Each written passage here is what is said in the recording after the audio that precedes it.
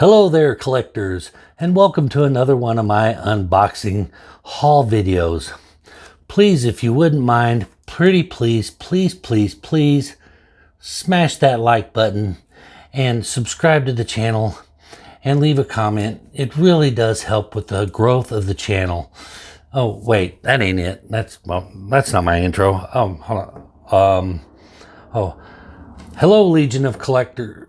No, that's not it either. Hold on. What is going on? I'm Alex Winking Michael, the numbers guy, the company man, calculating methodic. No, that ain't it either. Hey, what is going on, nerds and nerdettes? It's your boy, Stevie B, not to be confused with those other guys.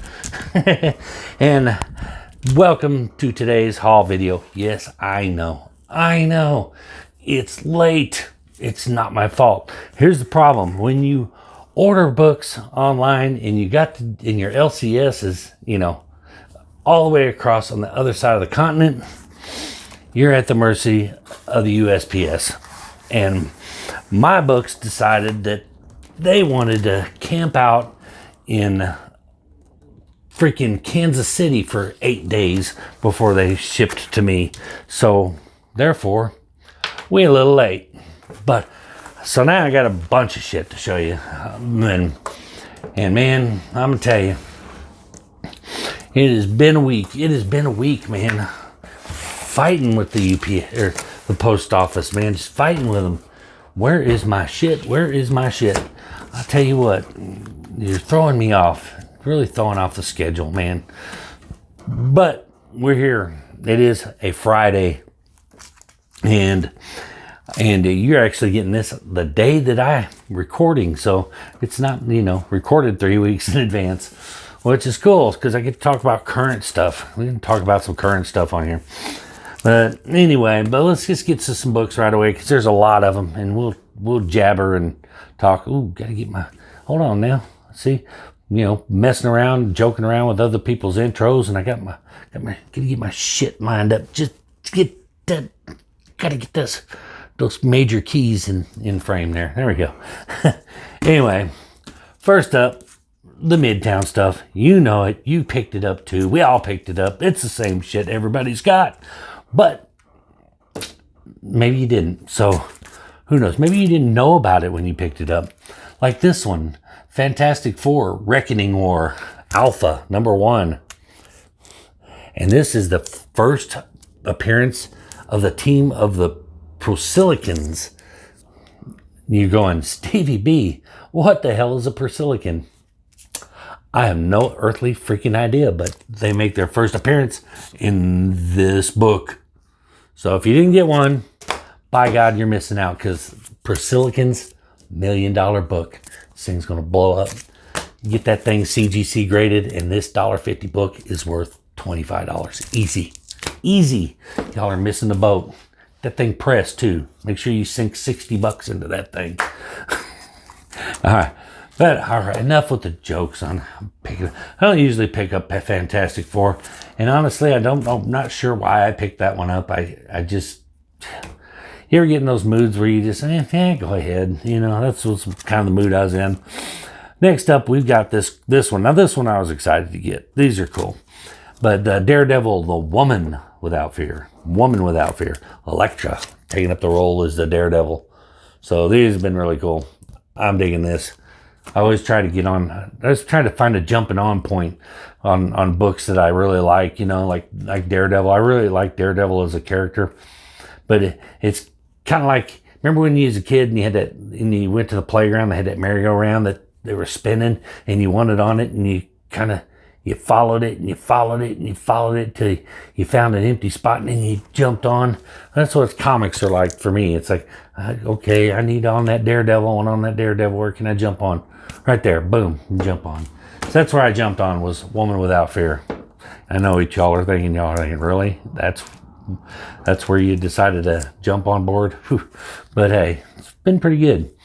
Next up, another one of these. I'm getting a little, look, Mirka and Dolfo, listen to me, man. Listen to me. the book's cool and all, and I know it's a little maxi series, a little 12-piece. There's a 1-year commitment to these, but this Sweet Paprika, man, we're on number 7. Do you think you could put some cover art on these things? I mean, these blank pink covers are, you know, it was a cool gimmick at first, but now they're just getting tiresome. And then the number 5 is just now getting mailed out, so I hadn't even got number 5, so I had to go from 4 to 6 to 7.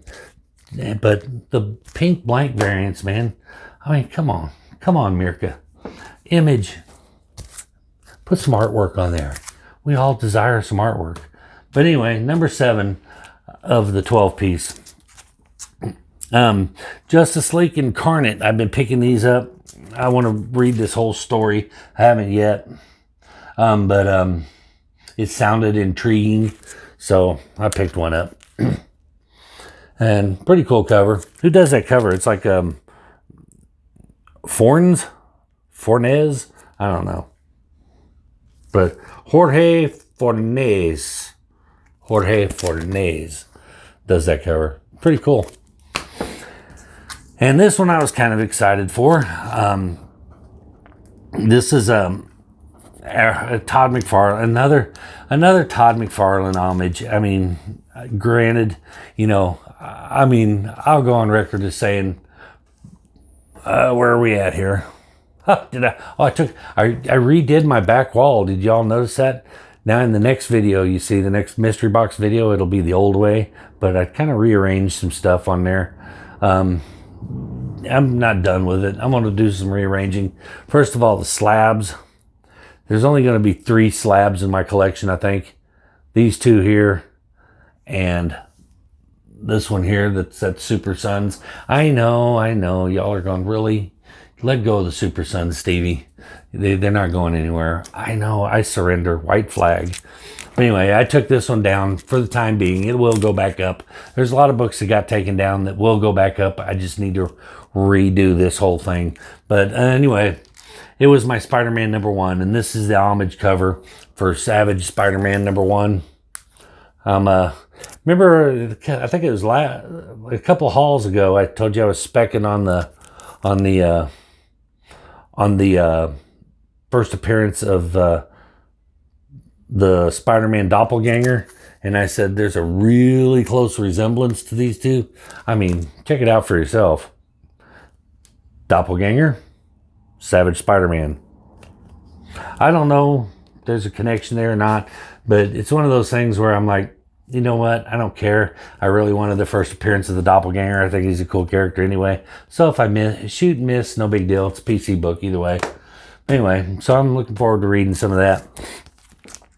And this one, I mean, I've never seen a rags to riches, back to rags story happen so fast in my entire life. I just got this in the mail yesterday, and it's already went. But first appearance of Queen Goblin and Spider-Man, the Beyond 88 cover there. But, because, I mean, it's like the first appearance of Queen Goblin, but there was a Goblin Queen, and I'm like, is it the same? What? I don't get it.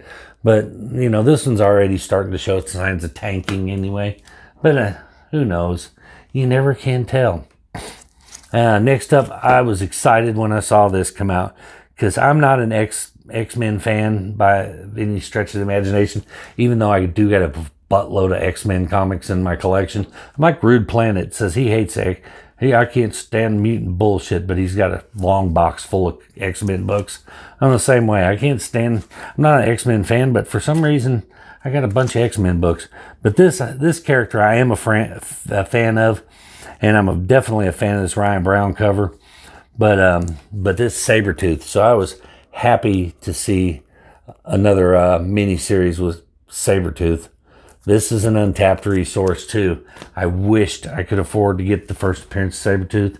And if you have the means to get a first appearance of Sabretooth, you better jump on it, because the mutants are coming to the MCU, and Sabretooth I have a feeling is going to be play a big role. He's going to have a big role when they start doing those. and those books are going to blow up. I'm telling you. And then next, 5 of 6, another Bat title that I'm just trying to finish off, and that's The Order of the World, Arkham City. I mean, it may be pretty good. I haven't read it yet, to be honest. I get the last book, and when I get the whole series, I'll binge read the whole thing. But yeah, kind of a weird cover. I don't know who the chick is with the hole in her face, or what the hell that's all about. But holy crap, it's kind of a twisted cover. And this is just a DC. I don't even think this is a Black Label comic. So who knows? Weird. Another one. Finally, I think this is the last one of these. If there is a God, this is the last one of these. Joker puzzle box. Not a fan. Okay, but I can't start it and stop in the middle of it. I just can't. So anyway, and then this indie book I've been picking up.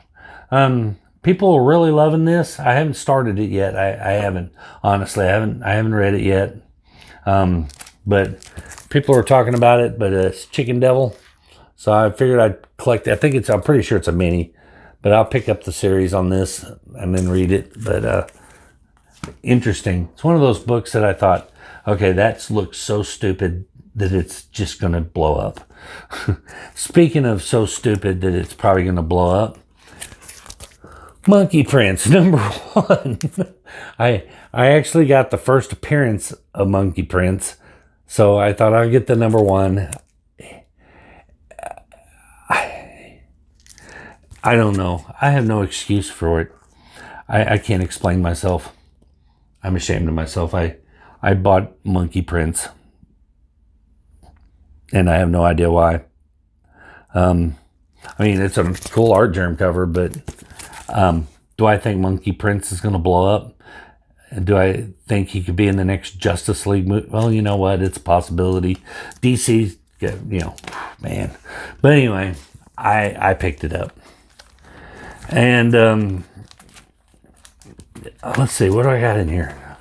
I'm trying to see what all I got in here so I don't jump, save the, good stuff. Man, if I don't quit knocking my damn, I'm in close quarters here.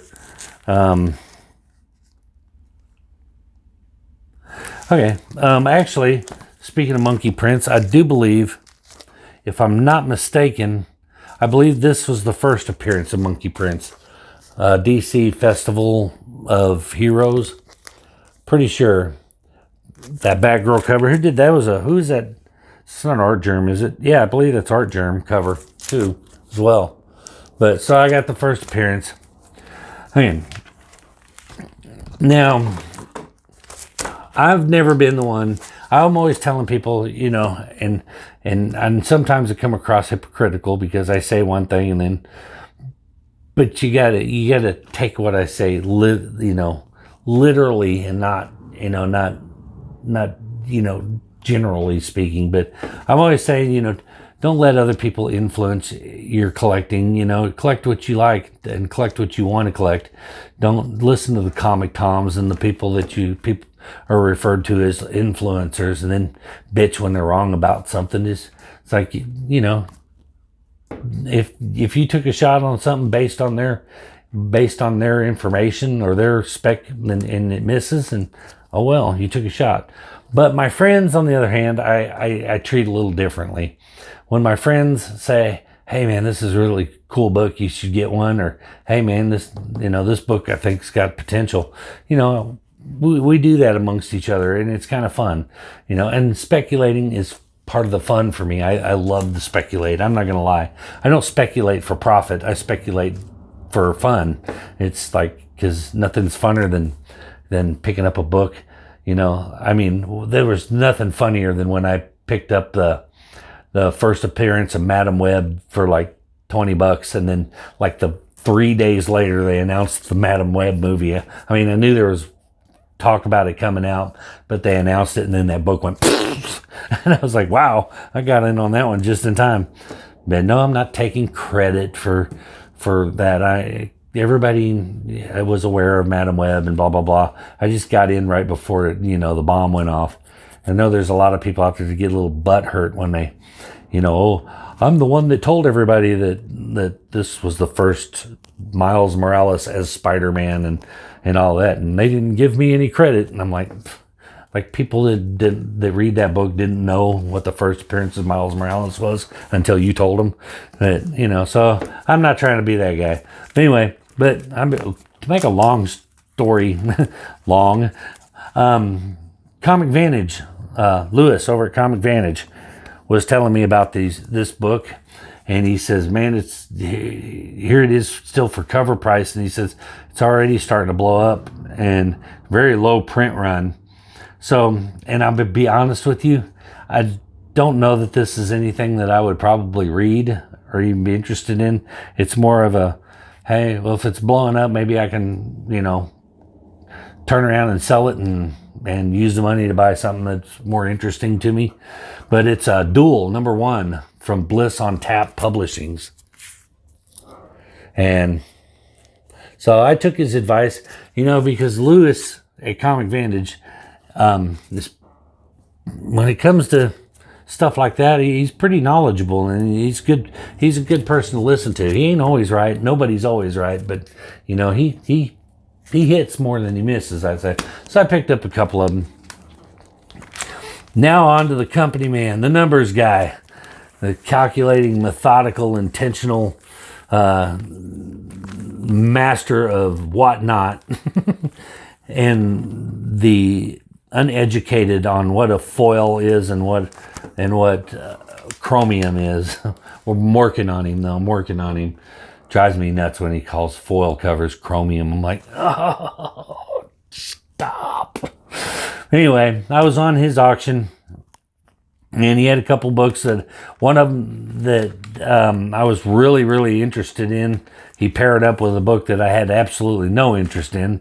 Thanks for that. But so, you had to suck it up and take the crappy one to get the good one. But the one I wanted was a nice copy of Sensational She-Hulk #1. I didn't have that, not a copy of this in my PC, so I was stoked to get that one. Even though it's not an expensive book, I actually paid more for it than I probably should have. But I did get one other really cool book with it, so it made it worth it. And that was Gwenpool Holiday Special Merry Mix-Up. Isn't it cute? Yeah, I was excited to get that, not so much. But anyway, it has a little value. I mean, the value between the two of them is more than what I paid for it. So, I didn't get ripped off. I didn't overpay. I just only wanted this book. So if I would have just got this book, I would have probably paid a little more than what it was worth. But that's the thing about Whatnot, man. I've said it and I stand by it. You're going to pay more for them on Whatnot than you probably are on Instagram or on YouTube auctions, even eBay. Definitely on eBay. You're probably going to cough up a little extra for it. It is what it is. But anyway, also from Alex's auction, these were both books that I did want, actually, so I was not mad. And I definitely got these at a steal. These I got for way under value. So where I paid probably more than this one's worth, I paid way less than these two are worth. And I'm going to have to tear this open because I cannot it was Deadpool versus Carnage. But this Tyler Kirkham Virgin variant. It's really nice. Really, really nice. And he puts everything in Mylar. Everything he sends you, it's in Mylar.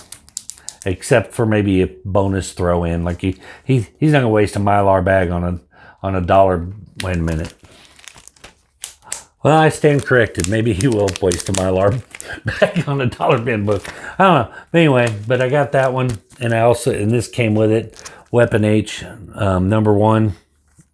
This variant with Grey Hulk and Deadpool on the cover. So a little Deadpool lot. And I think I paid $15 for both of them. So that was pretty good deal on that. And then he always throws in an extra, and this one is a book that I'm not going to remember the name of. I want to say it's Unsacred. I'm going to open this up and then I'm going to be right. I think it's Unsacred, because I keep getting these. Somehow I can't get away from these Unsacred books.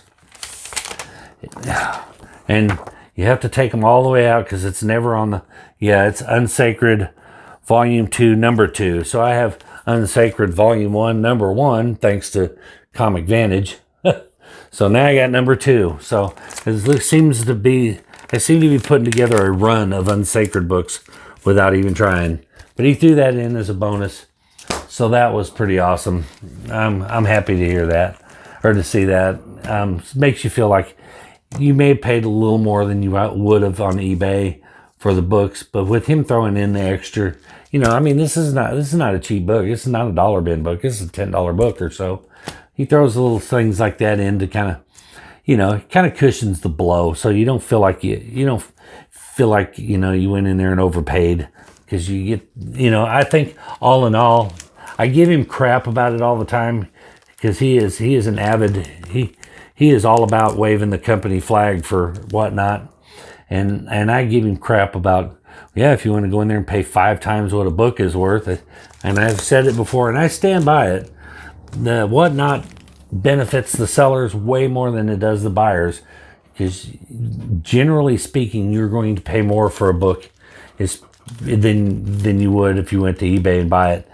But it's not always the case. In his defense, not always the case. But altogether, for what I paid and I got all these damaged books that I threw, I feel like I got a pretty decent deal on them after shipping and fees and all that other stuff. I think I came out a little bit ahead, maybe even altogether. So, but anyway, that is it for these books. But we was talking about Madam Web. I wanted to touch on that a little bit because I wanted to do a whole video on this separately, because I had some theories on the Madam Web thing, but I'm not there's some terminology that I struggle with. That's why you don't see me do very many of these things, because I know the thing is, I know what I'm trying to say. I just don't articulate it very well. But the Madam Web movie, there's a lot of people out there that are kind of, who in the hell gives a shit about a Madam Web movie? And I agree. Probably nobody cares about a Madam Web movie. But in my opinion, I think the Madam Web movie is not meant to be the blockbuster movie. I don't think they intend on this to be any kind of a massive blockbuster. I think it's a piece to the bigger puzzle. I think the Madam Web, and she controls, and here's where I'm going to get my terminology wrong, because I can't remember what it's called, but it's the web of, to me, it's like the equivalent of Flash's Speed Force, but she basically has some kind of control over the Spider-Man multiverse, so she's tied into this vast Spider-Verse, and this opens the door for a lot of things that weren't necessarily available before, that wouldn't be. Tom Holland, Sony's not going to keep giving the MCU Tom Holland for very long. I think he's contracted for one or two more movies or something, but they're going to need a Spider-Man for the MCU, and they've already introduced the multiverse, so that opens the door.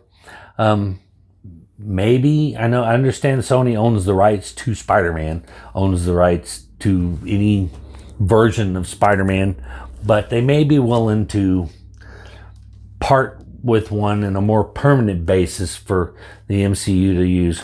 Maybe we see a Miles Morales either on Sony And then when they say you keep Tom Holland, we got Miles, or vice versa, or something like that. Or, you know, or maybe Sony keeps Andrew Garfield for a while or something. But I think this is a way to bring in these other versions of Spider-Man so that they can have a Marvel Universe Spider-Man and a Sonyverse Spider-Man simultaneously without them having to be joined at some, you know what I mean? They don't have to be canon for each other. There doesn't have to be any continuity there. So Madam Web may be the catalyst for that. So that movie may see her introduce some people. I'm sure that there's probably going to be some, you know, I don't think we've seen the last of Andrew Garfield or Tobey Maguire by any stretch of the imagination. But that's what I'm excited about. So I'm excited about Madam Web for that reason. The movie I couldn't care less about. But the one thing Marvel does, and Marvel does really well as a whole, not just the Sony version of Marvel and the MCU version of Marvel, but as a whole, they're really, really good at what the movie version of crossovers. They're really good at tying these crossovers in. You know, where back in the 90s, what got me out of collecting is actually gets me excited for the movies, because in the comics it was annoying crossovers, because I did not want to read a Booster Gold comic book just so I can stay in the loop about a storyline that is branched out all across these books that I had no interest in. And it drove me nuts because they used to do crossover events that went into a million different books, and you were spending a fortune to keep up with it. But in the movie universe, it's fantastic. I mean, to be honest with you, I would have no desire to go see Ant-Man if it wasn't for the fact that it tied in to the bigger picture. But so Marvel's really good about doing that in their movies, and I think Sony's going to take that same kind of direction. But we're going to have a Sonyverse and we're going to have an MCU, and then the Sonyverse will not be canon for the MCU anymore. And I think that's how they're going to do this. They're going to use Madam Web to break these two apart and separate them, I think. So for that, could be a good thing, could be a bad thing, but we'll see. But anyway, that is my little rant on that. Now, this video is approaching 30 minutes. Didn't want to go that long, but I was excited. I'm pumped. Got a lot of energy. Had a lot of shit to say. Had a lot of books to go through. and man, I just got off work, and I just worked a 10-hour shift. It is like almost 8 o'clock in the morning, and I'm wound up, tight as a drum. Can't get no sleep. I don't know why, but I can't. Anyway, that is going to do it for this haul video. Before you go, please do all that cool stuff that really helps my channel out. You know, like, subscribe, smash that bell, and share. Do whatever. But that's going to do it for this video. We will see you guys in the next one. Peace.